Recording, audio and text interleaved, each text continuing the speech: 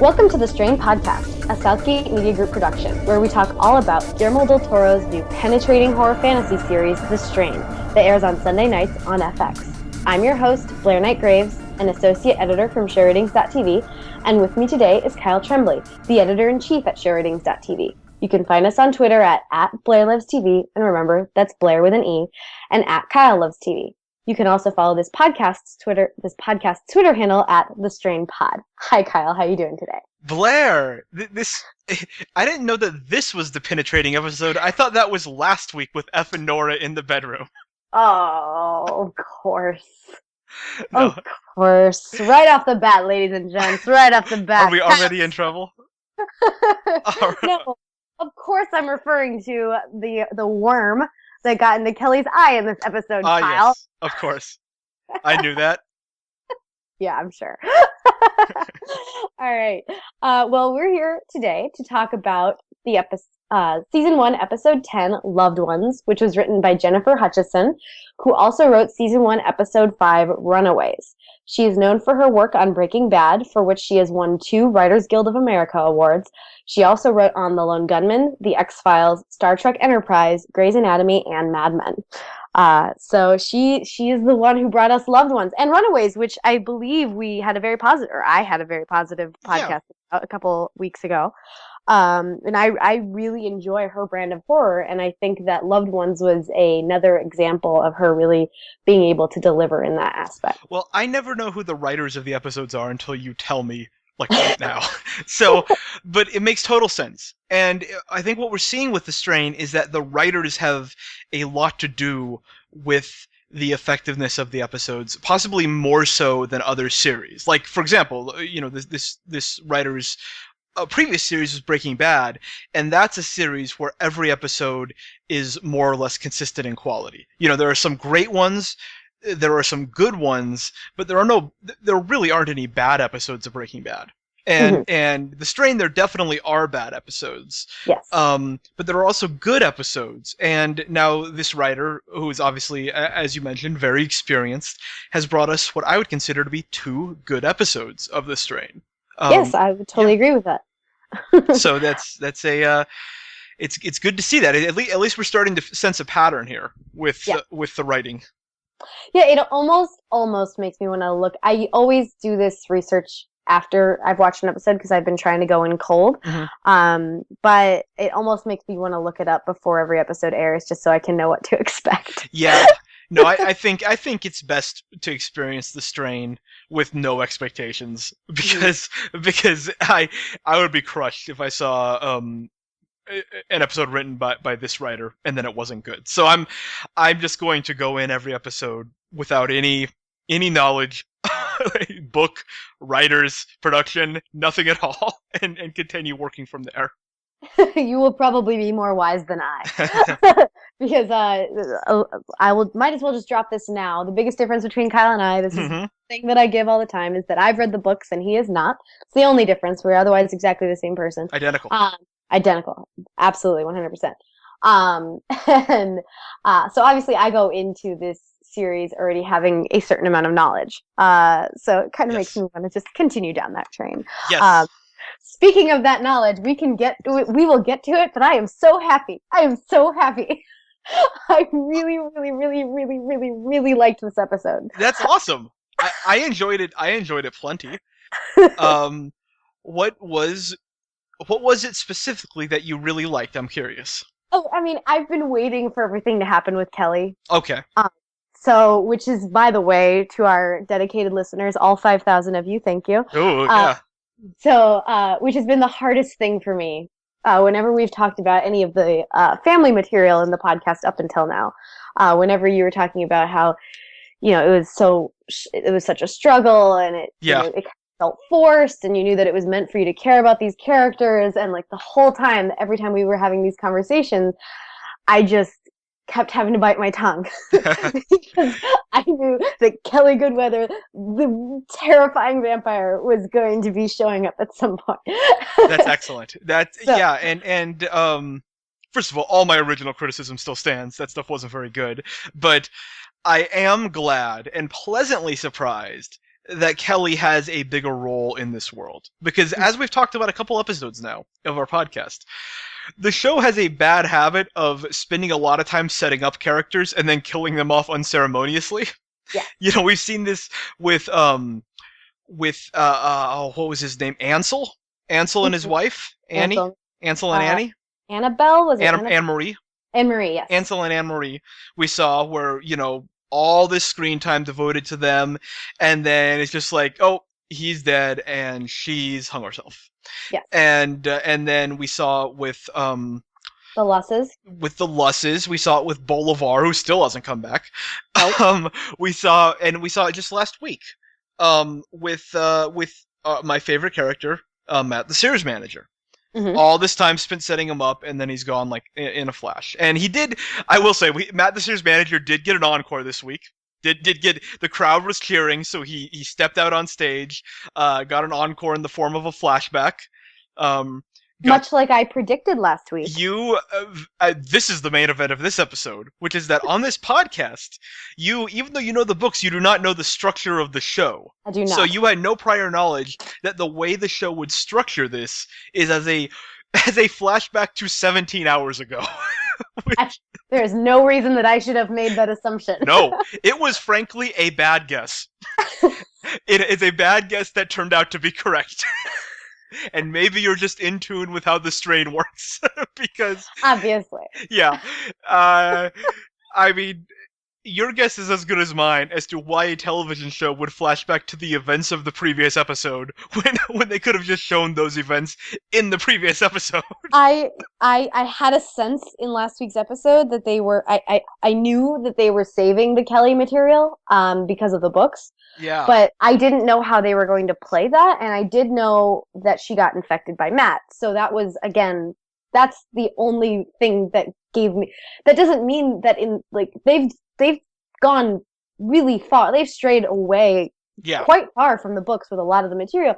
So there's no reason for me really to believe that Kelly might even die in the first season or that she would get infected by Matt. Frankly, I thought I had the flashback idea, but the only other guess I would have had is that Eichhorst would have bitten her, infected her. Matt and Eichhorst are the only two that could have to make her an important vampire later. Mm-hmm. So it's I'm very proud of myself for my guess. It was very good. It's very good, and it's utterly puzzling, given that last week's episode was so bad. Last week's episode was really bad and could have really used this material. Last week's episode was crying out for an action-packed, urgent storyline. And that was this. This was a perfect storyline. This whole Kelly, even though it was told as a flashback, that didn't really matter because it happened so recently that it still affected the present day. So I mean, that's what was so good about this episode, is that story popped and was so central to the show and made so many characters more interesting that I don't know why it didn't happen last week when it wouldn't have had to be a flashback and it could have made that episode a lot better. Yeah, imagine if last week had ended with, Diane catches F and Nora, and then she storms off to her house and she's really angry and she pours herself a glass of white wine because we know that's what she likes. And she's on her Cersei. Right, exactly. She's on her Cersei, and she goes home, and Kelly comes in, and then Kelly bites her, and that's the end of the episode. Yeah, or she walks home, and the camera's sort of, the camera's following her, and then it stops following her, and it just sort of drifts over to the door, and you see Kelly, the silhouetted at the door, and then that's the end of the episode, and you're left wondering, that was Kelly, wasn't it? And she looks like a vampire, and then this week's episode would have started with the entirety of that flashback sequence, so we can see how she got there, and then picked up at the point that it ended at. Again, I feel like that would have killed two. That would have made both episodes good. In this case, it was all sort of clumsily put into this episode, and thankfully the material was so good that we sort of overlooked the clumsy nature in which it was presented, and it made this episode good. But I think that material definitely could have also been used to make last week's episode good. But hey, beggars can't be choosers. We're fans of the Strain. We're in on this. I'll take one good episode. Yeah, yeah. I mean, well, it's two good episodes. There were two episodes with a bad episode in between, and I feel like that's what keeps happening with the Strain is every other episode is really, really strong, and every other episode is not so much. Well, Creatures of the Night was a special case. That was an actually great episode of television. Yes. Like outside of the context of this show, that was a great episode of television. All the other episodes, including this one, were what I would consider good episodes of the Strain. That's true. And so I think that there's a line to be drawn in terms of comparing this episodes of the Strain to other episodes of the Strain versus episodes of other television shows. Mm-hmm. Well, why don't we talk about the events that occurred in this week's episode? Let's do it. Let's start from the beginning with Zach finding a cell phone that I believe you probably own. Oh boy, but yeah. Well, I called it the Zach Morris cell phone from Saved by the Bell, but it could have also been called the Kyle cell phone. Because you have owned a flip phone. It's 2014, and you owned a flip phone up until this July. That's a fact. I mean, I can't deny that. I'm not going to sit here and lie about it. So yeah, that's a fact. I now own a proud owner of what you call a dumb phone. It's like a flat screen phone, but it's like pay by the month. Like I'm bad with phones is the moral of this story. Yes. And so that first scene of little Zach rummaging through all these old phones really piqued my interest because I was basically shopping. It was like me looking through Amazon. Zach rummaging through these phones. I'm like, oh, I could get that one. So you're supposed to let me make fun of you. Okay. No, I'm going to defuse your attempts to make fun of me. I'm not. I stand by my phone choices. All right. But yes, and then him finding a functional computer in which he's able to magically access the internet. Come on. We have to cover the bad things before we get to what was really, really good. This cold open was cold. It was icy cold. I'm telling you. Dead on arrival. I tweeted, you and I could have stopped watching after that cold open and recorded an hour-long podcast just on the 3 minutes of that cold open. Because there was so much ridiculous material and like huge leaps of logic and the show bending its own rules. I mean, it was something. I thought I was like buckling up for another real whatever the anti-tour de force is. Yeah. Well, I think the thing is, the worst part was, Zach is able to magically access the internet. And I understand, we were discussing with our followers on Twitter last night, I understand that the internet is just kind of not working. Like, it's mostly not working. Right. So it's not fully down. But Zach's really good at it for being, like, 8 years old. No, first of all, if it's not fully down, then Eldritch's plan failed. Palmer's plan failed because news would get out. If freaking 9-year-old Zach can play with a laptop for a half hour and get on the internet, guess who else can do that? The AP. Guess who else can do that? TMZ. Like you don't think that is Zach the only human in New York City who can figure out how to get on the internet? Like that's the problem is the issues it brings up with the consistency of the world because the Strain has relied impossibly heavily on the idea that news cannot get out. And so to see little Zach access the internet after minimal effort is infuriating. Not just access the internet. It's not just accessing the internet. Right. It's like something that government agents do, which is tracking a phone. Yes, your phone is. I have an iPhone. Your iPhone is trackable to certain programs. You have to know how to work with those programs, and then you can set it so that it's trackable. You can set it so that somebody can look on a Google map and find you. And what he did is he went to something that he told his father was, I used this website. He said, I used this website to find. He didn't explain what the website was. They showed his URL bar, and he wasn't typing in a website. He basically typed in like a freaking hacker in an '80s movie. He typed in like find phone, and then it just took him to that page. That isn't how browsers work. Yeah, it was like /Kelly Goodweather. Find phone. I don't think that's code. I think he was just typing to his computer like he was typing an IM, and his computer was like, "Oh, I'll do that." Yeah. so as good as this episode was, that was one of the roughest opens to any television series I've ever Yes. watched. Okay, hold on. I wrote this in my notes. He typed find underscore Kelly underscore good weather underscore iPhone. That is exactly character for character what he typed. Guess what happens if you type that in your browser? Nothing. Nothing happens. That's not anything. That's funny. That's really funny. That's, I don't understand. couldn't. I really. Hey, Guillermo, how about have him type in a URL? Is Or that, have Dutch do it. Just yeah. have Oh, have him bring his right. computer to Dutch and That's say, "Hey, show me how to do something." She's there. You She's have the computer genius. the world's greatest hacker. Someone who has been established as the foremost hacker in the entire world. She is in the other room, and yet the 9-year-old is the one who performs the computer genius. Why? Give Dutch something to do. We're already being forced to accept her existence. Give her something to do. Yeah. And another example, like we talked about this before, though, is like the show giving the wrong material to the wrong characters. Yes, Like this week, time. yes, this week F finally did a doctor thing, which I actually really appreciated. Yeah. And like I was like, oh, okay, good. They're focusing on what he's good at as a character. Yes. But then they also have like then they have Fett trying to break in and be a smooth talker. That's not a smooth talker. And you got Zach trying to use the computer, and Zach's not a hacker. So it's like we love this is like the vast podcast. We love Fett. We're gonna have to save that till later because it's gonna be a depressing conversation. But I want to talk about F because I want to start positive this week, even though we're like 20 minutes in already. I want to start positive, which is I really liked F this week and everything involving F. I thought it was the best that he's been deployed, except outside of Creatures of the Night. Just in terms of making that character still feel like that character. You know, we've talked a lot about how Vass's presence sort of gives F a character, but that character is often just excruciating to watch. Yes. So he still felt like that. Like he still runs off to find his wife. He's still behaving like a buffoon.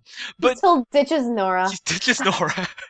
I like that everyone was so cool with F just running off. Like, I'm pretty sure everyone just wants F to get himself killed. Like, the whole crew of heroes is like, yeah, we'd be better off without you. Why don't you go look for your wife?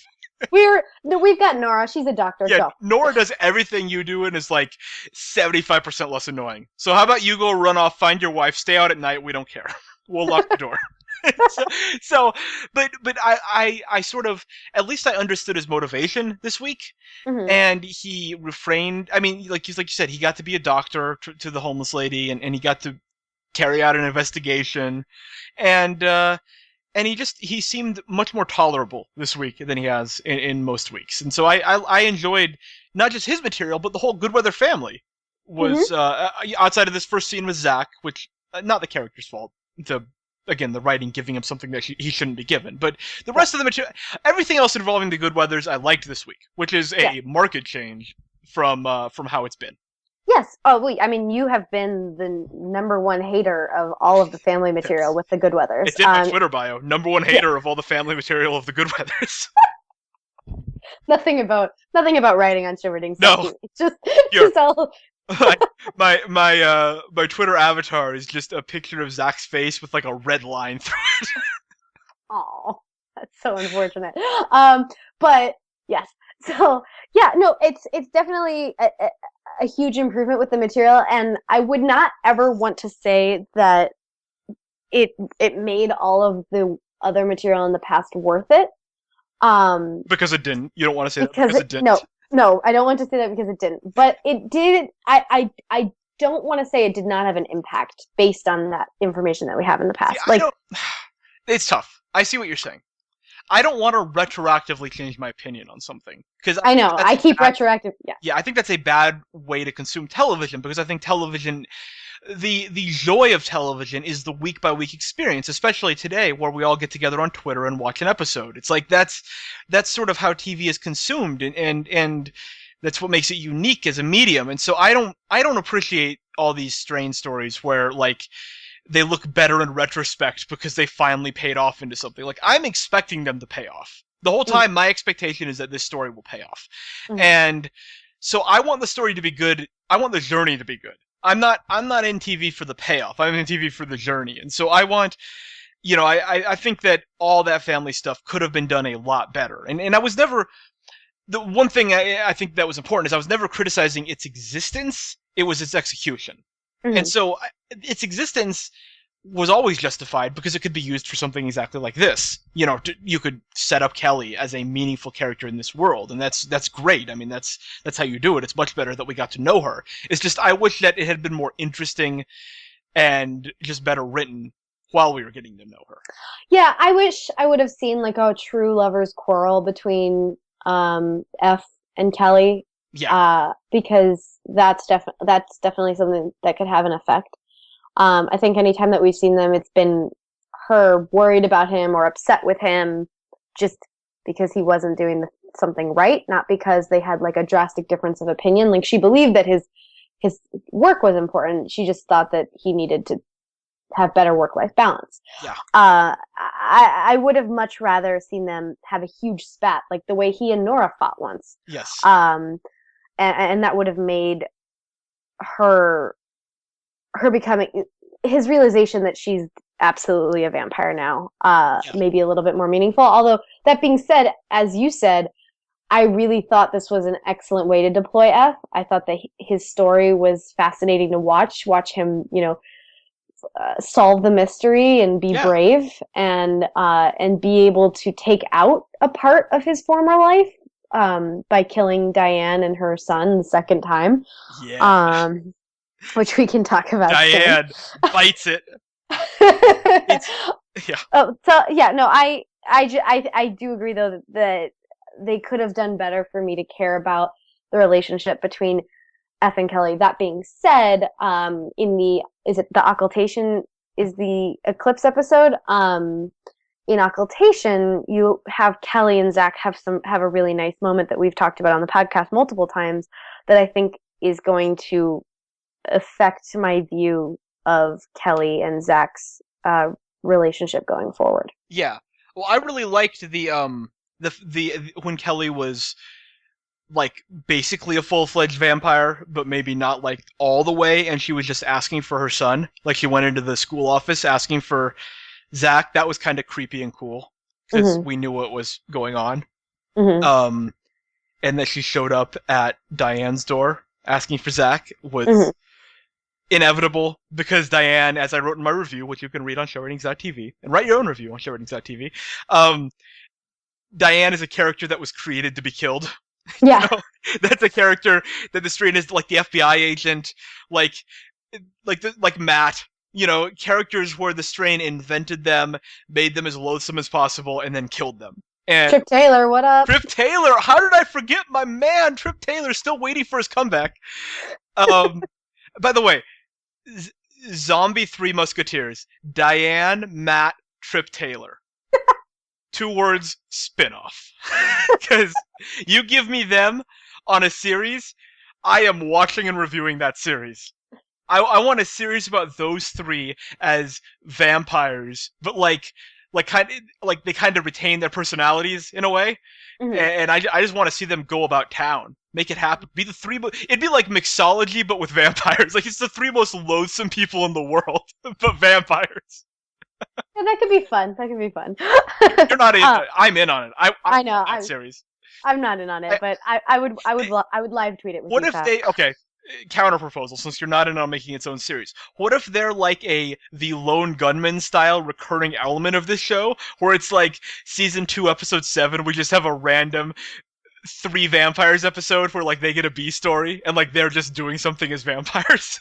You know, hilariously, I think that the strain would benefit from something like that maybe in the future, not right now. And I don't think based on the book series that it would benefit from something like that, but I think based on the TV show that it is becoming Yeah, that it would benefit from which it tries to have with Dutch and Fett, I think.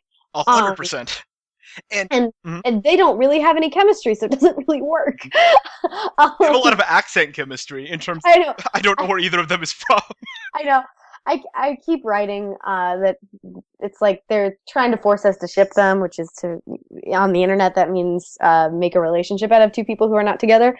But I think that they're trying to force that accent ship into Full Sail. Yeah. Like I think that's what's trying to Well, happen, and it's just not happening. that leads me into something interesting, which is that we were tweeting the show last night, and I saw multiple people talking to us and commenting, and including in emails we got today, commenting that they this episode seems to be a turning point for a lot of people in which they stopped taking the show seriously, or they Interesting. started realizing that the show isn't taking itself seriously. I saw that like 4 times from 4 separate Yeah. people, and that was really interesting because that's obviously, if you've been listening to this podcast, been my point of view since like episode 3.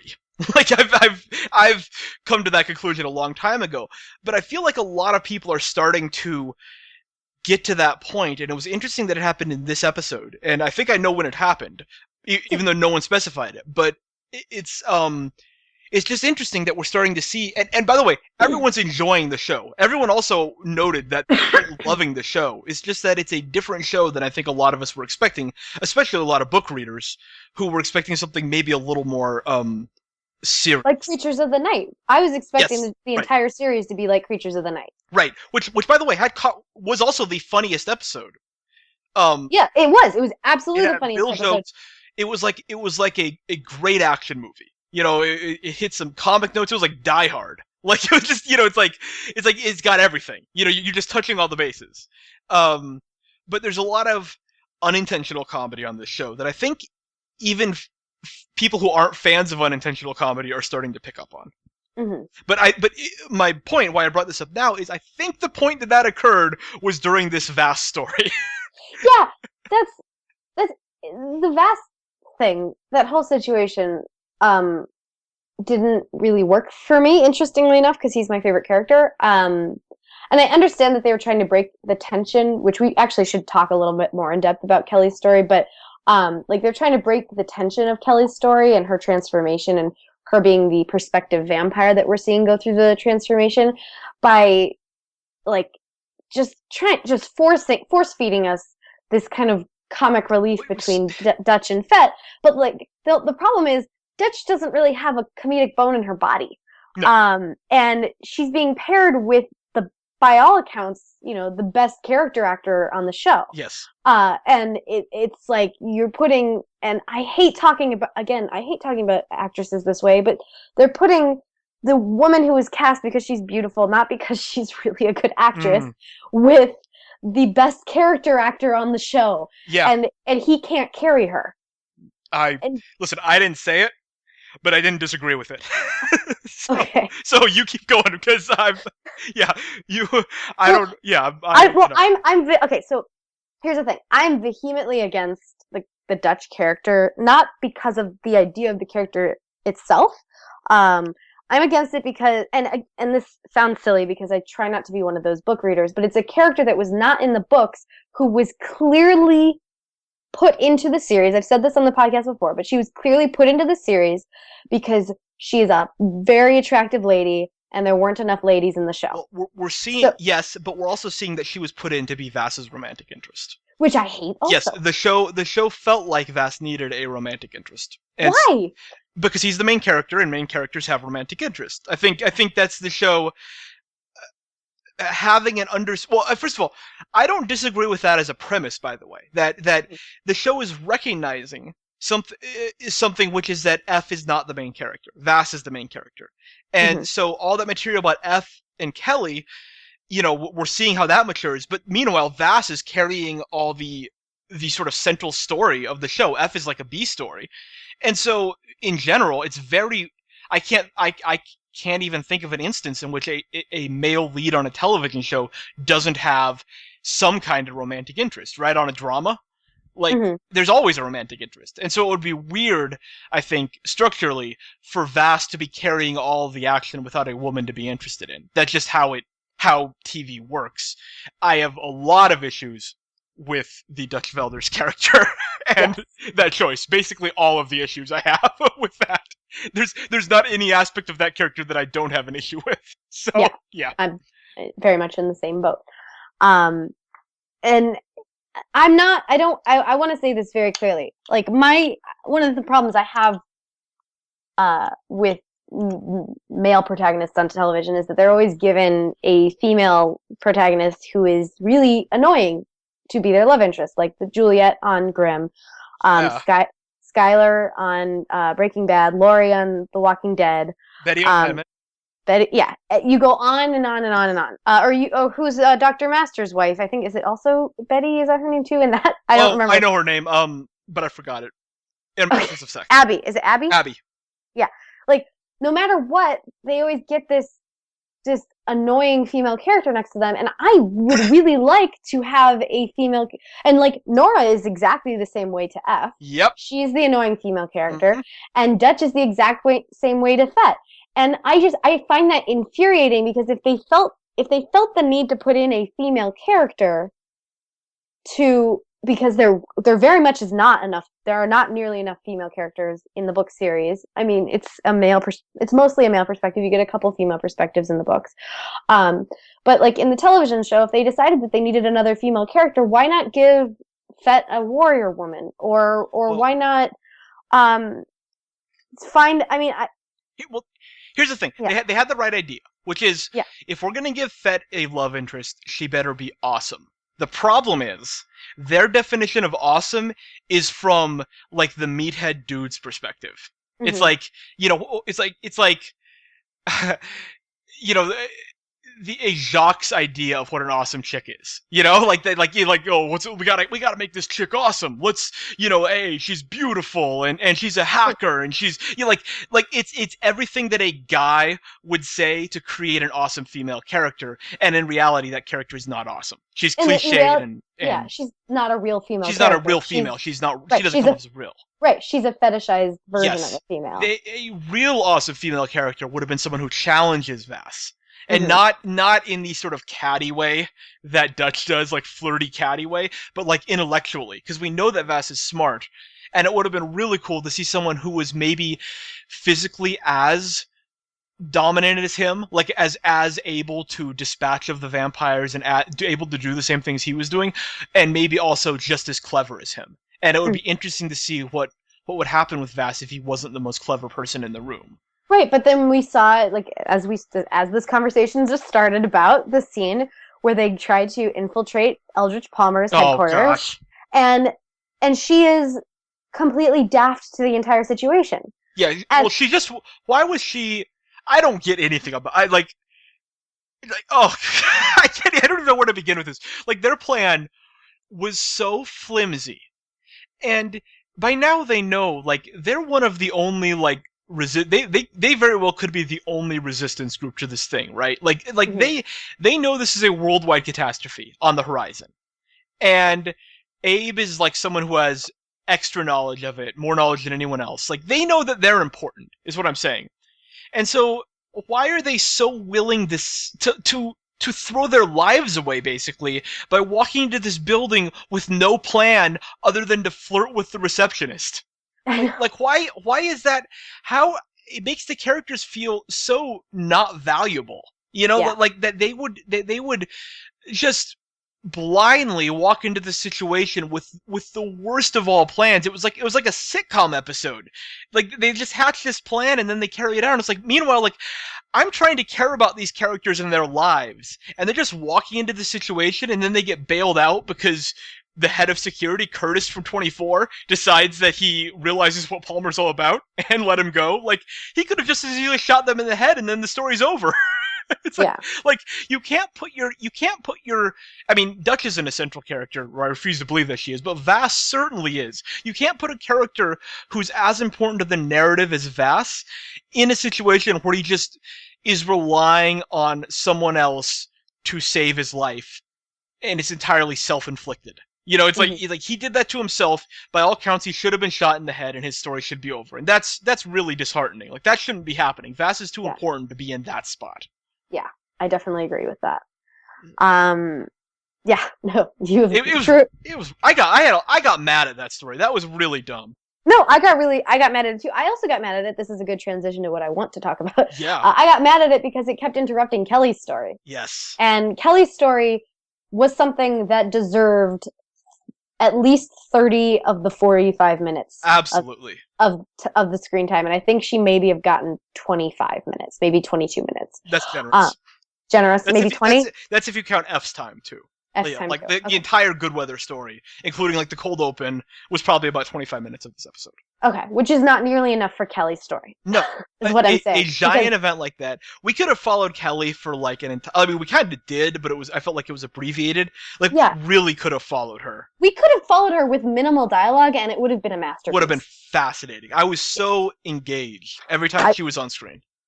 I absolutely 100% agree. And it started obviously with the very strange behavior by Matt at the beginning of the episode, where we know he's a vampire, Yeah. but we don't know where he's at in his metamorphosis yet. And then she gets mad at him because she hasn't talked to him all night or something, and goes downstairs to make herself coffee. He attacks her. She cheese grates him in the face. Grates his face. And then a worm flies into her eye. That was horrifying. Oh, so good. Yeah. So good. That's what I want from the strain. I want to be grossed out. Yeah. And then bring it on. Yeah. And then her slow devolution, is that the right way? Or I don't know what's the right word for it, but her slow transformation into a vampire, where we get her perspective, our first actual perspective vampire, because we've seen, like, we saw Ansel with his tongue thing before, which was kind of weird, and we saw Joan having some strange behavior with her kids, and Bolivar obviously had some of the really horrifying behavior with the threesome and killing of the PR, or the doctor, the urologist. And so, but we haven't really gotten to watch somebody slowly become hive-minded. Yeah, this felt intimate in a way that those didn't. Those felt like we were like at a zoo and we were watching them become vampires, but it didn't. There was no connection at all. It just felt more like visceral. We were just watching the stuff happen. This actually did feel like a character that we know slowly becoming a vampire. Like there was definitely something different about this. Mm-hmm. And that really resonated. I thought, like with me at least, that it was affecting. Yeah. Seeing her come to the realization and sort of slowly become brainwashed, basically, and looking for Zach, and then it all sort of peaking with her just brutally murdering Diane's son right in front of her eyes, and then murdering Diane like a real like vicious piece of violence. Yeah. And then you think that that's it, and then she meets the master. Yes. Yeah. Oh man, so I was standing and clapping. I was so excited. It's happening. It's happening, Kyle. It's finally happening. Well, Kyle. It's not the apocalypse. The apocalypse isn't happening. We're still on hold with that. But stuff is happening. Things are happening. No, but for two of our protagonists, this is the end of the world. Oh yeah, good. Thanks, Walt Whitman. Yeah, no, you're right. You're right. So I think that I built the death of Jim Kent was much more painful, I think, than the death of Kelly. But the death of Kelly was it's also because the reason it's not as sad is because it's not permanent, right. And because it is becoming something much more sinister. And I think that that's going to become so much more painful later. But what the strain has done successfully is with the characters that are on F's side to a degree, the characters that interact with our central cast, it's meaningful when something bad happens to them, unlike, as we mentioned before, Bolivar, Ansel, and Joan Luss, with whom we don't really have any emotional connection, and everything else just is kind of creepy what happens with them, but not painful. And I think that Kelly's story was painful. I think it was the execution was phenomenal. All around, we always talk about how the production value on the show is really great. And I think that it really stood out with her story, which is why, as I said before, I would have loved to have watched an entire episode with just the material of her wandering through the streets trying to find her son. So I would like to applaud Jennifer Hutchison and the entire production team on this episode because it was that was very, very powerful stuff. Yeah, I mean, even for a show that isn't terribly serious, that was very powerful stuff. it was excellent. It was a good episode. Good episode Yeah. of the show. And Yes. and I hope there are more like that to come. I do too. We didn't get any Gus in this week's episode. No Gus. For me, my analysis of the episode is probably related to that point. That's funny. Not that I don't like Gus specifically. It's just I think the show did well this week to pare it down, despite completely missing on the second story, the vast story. Total whiff, but I like the idea, which is that we really kept it to those two stories, to the good weather. The lack of jumping around between things allowed the good weather family to really take the center stage here. And if that second story, if that Fett and Dutch Velder's story had been good, this would have been right up there with Creatures of the Night as one of the best episodes. Oh, I wanted to ask you because I felt like the Fett and Dutch stuff was pretty atrocious, but I think that the entirety of that story was completely dismembered. But and I know you wrote something about this in your review. When Dutch got mad at something that F said and then ran off into the night, which that was funny. Is like she's as much as everybody else on the team, she knows how stupid that is. Yes. And I think it's another example. I think the prime example of a dumb female character on the show. It's such a female character thing to do for a show like this. You know, the woman's gonna get mad and run off to her own death. Of course she is, because that's what women on the strain do. You know, it's like Nora. It's like Nora after seeing the kid get killed, picking up her mom, spending an entire 24 hours with her mom, and then napping. You know, it's like the go-to reaction for women on the strain is to just get out of the situation, which is just phenomenally stupid. Yeah, it's really dumb, and it's unfortunate because they don't need to write the women that way. No, they there's don't. Nothing. They're not being compelled to. No. They don't write the men that way. No, not at all. They have female writers. Yep. On the writing staff who should know that that's not how women are. I don't know. I have no answers. I don't understand why it's being written this way. I just don't.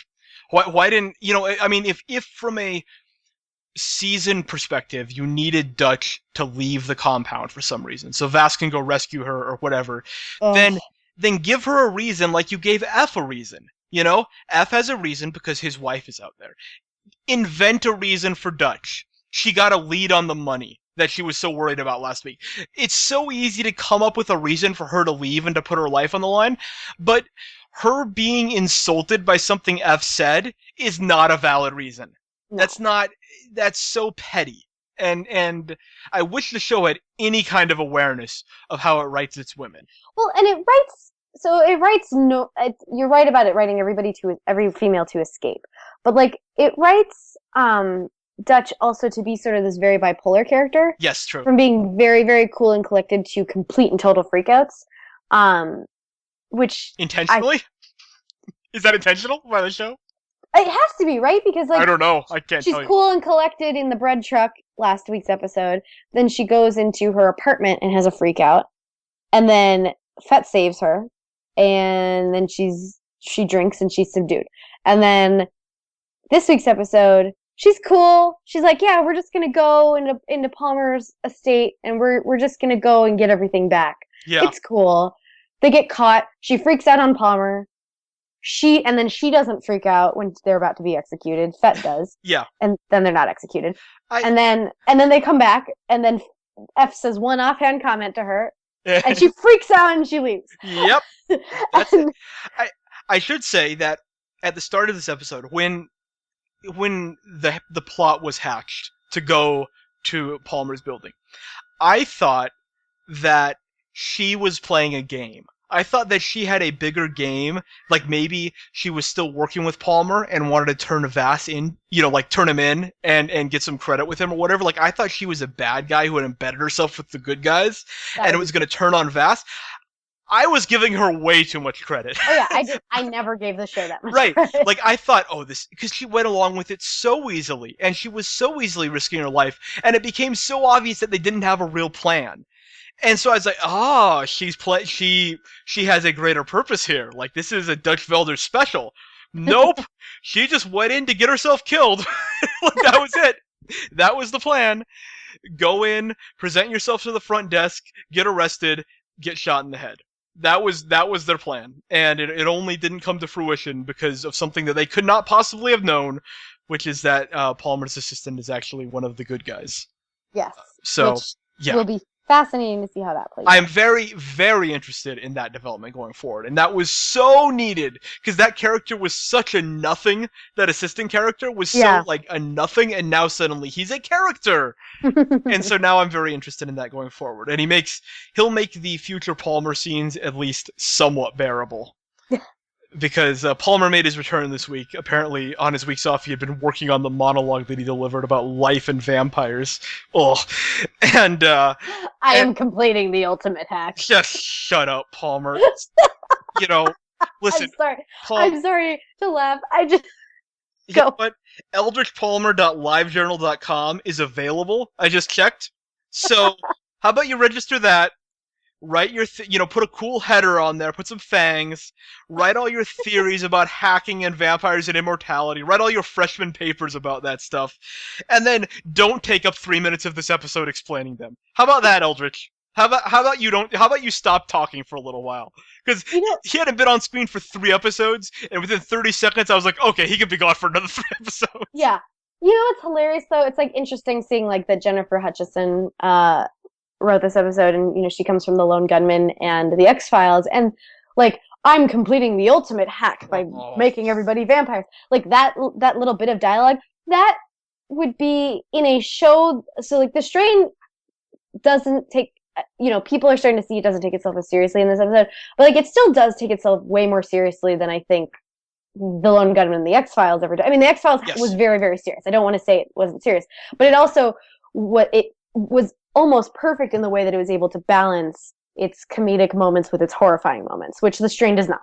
And anybody who had quirky dialogue had it for a reason. Like the cigarette smoking man never had anything dorky to say because the cigarette smoking man was very scary. He was a bad guy. Yes. So like the ultimate hack might be a really funny line for Fett to say. Like if Fett were in the room and the guy says, "Oh, so I made vampires," and he's like, Dutch, he's speaking your language. He made a hack. Ha ha ha ha.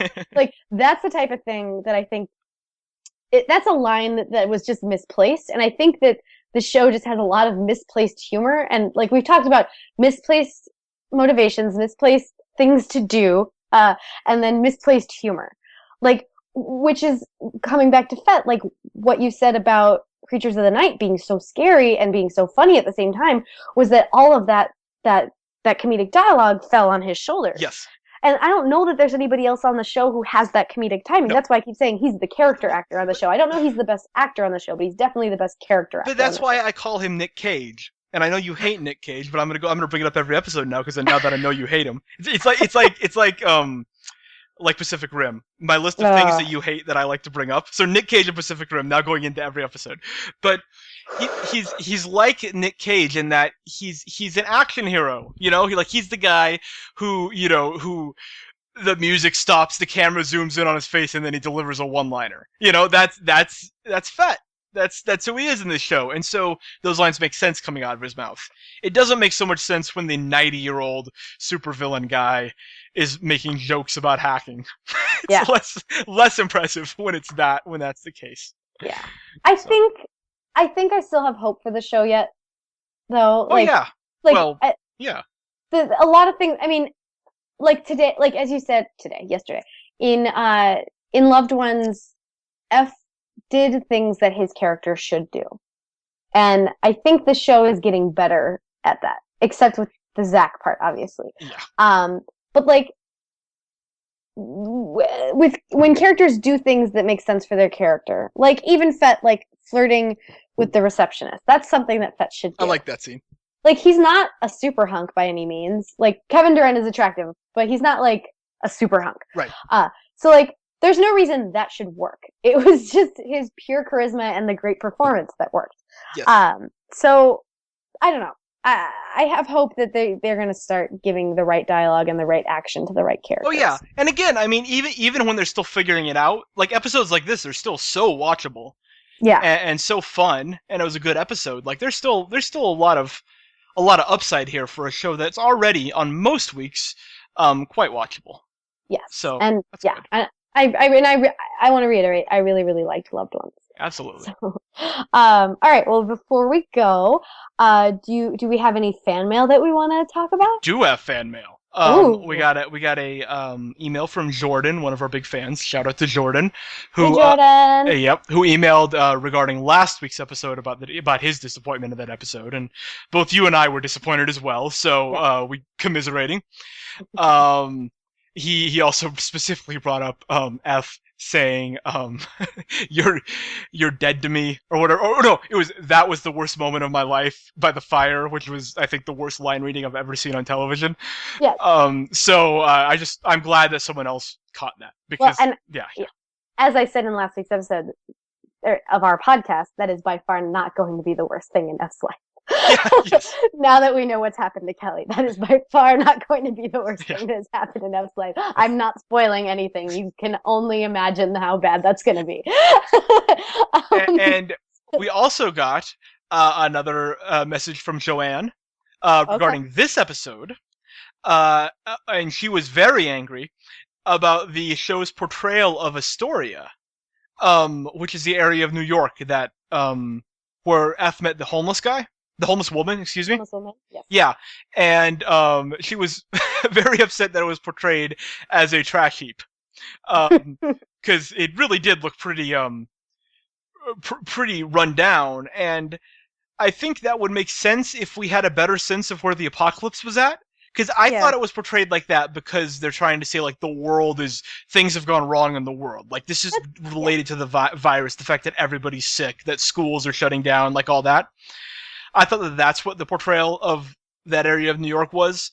But the show definitely doesn't make that clear.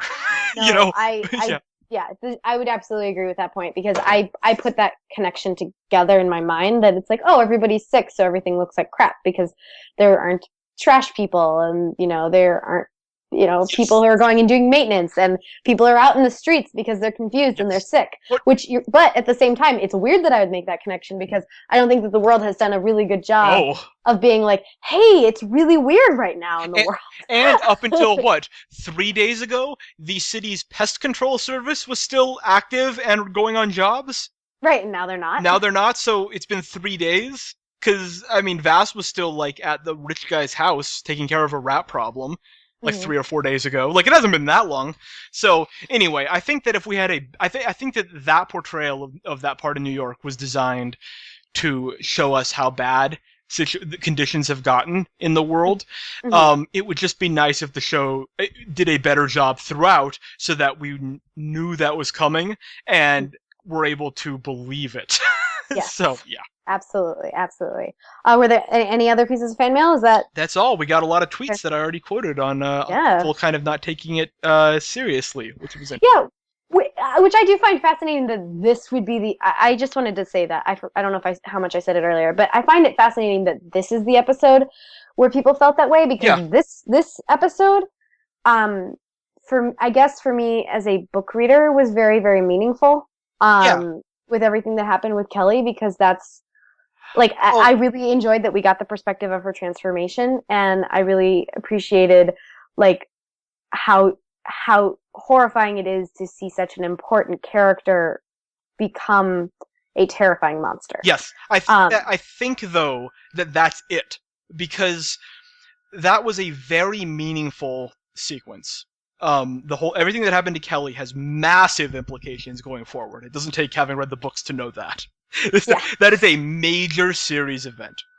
To juxtapose that with this ridiculous story about Fett and the made-up girl character going to infiltrate Palmer's tower and then getting kicked out and sent back to the lair as if nothing happened, really calls into question the seriousness of the show.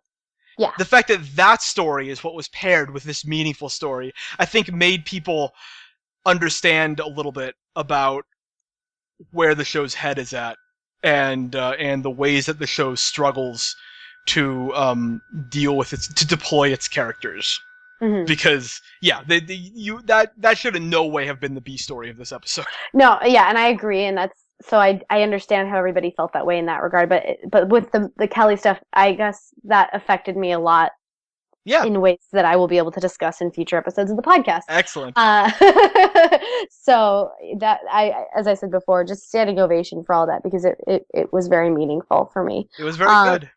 Yes, and I do want to mention this episode's called Loved Ones, which in the books that series of events is called Dear Ones, which I will explain later. But it's fascinating to me that they would change it from Dear Ones to Loved Ones, but that's the plot of Kelly is called the Dear Ones plot. Interesting. So we'll talk more about that later. We will. All right. As always, you can email us fan mail at thestrainpodcast@gmail.com or at southgatemediagroup@gmail.com.